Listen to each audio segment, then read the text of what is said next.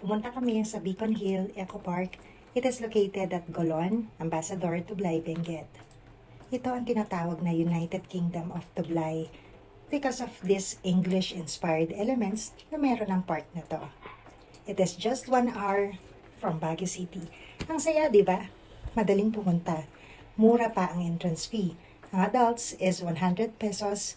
Kapag senior citizen ka, PWD o bata ka, 80 pesos lang. Kaya 80 pesos lang ako. Alam niyo naman, PWD.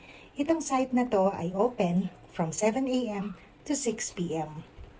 Ang dami din palang attractions dito. Makikita nyo ang London Bus Cafe at Tapa Hill. London Red Telephone Booth. Hello? Hey, hey, hey, are you okay? English Mailbox.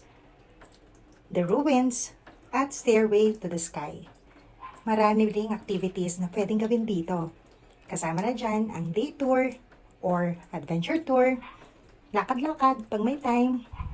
Pwede din ito with your family, with your friends. O kung gusto mo mag-isa, pwede rin ito.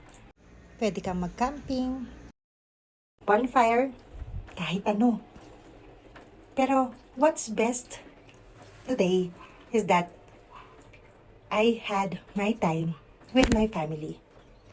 Itong mga makukulit na batang ito, gusto kong kasama anywhere at anytime.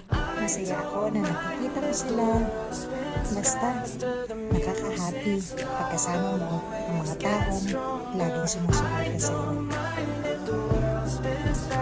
They take me to a better place. Just let me take you to a better place.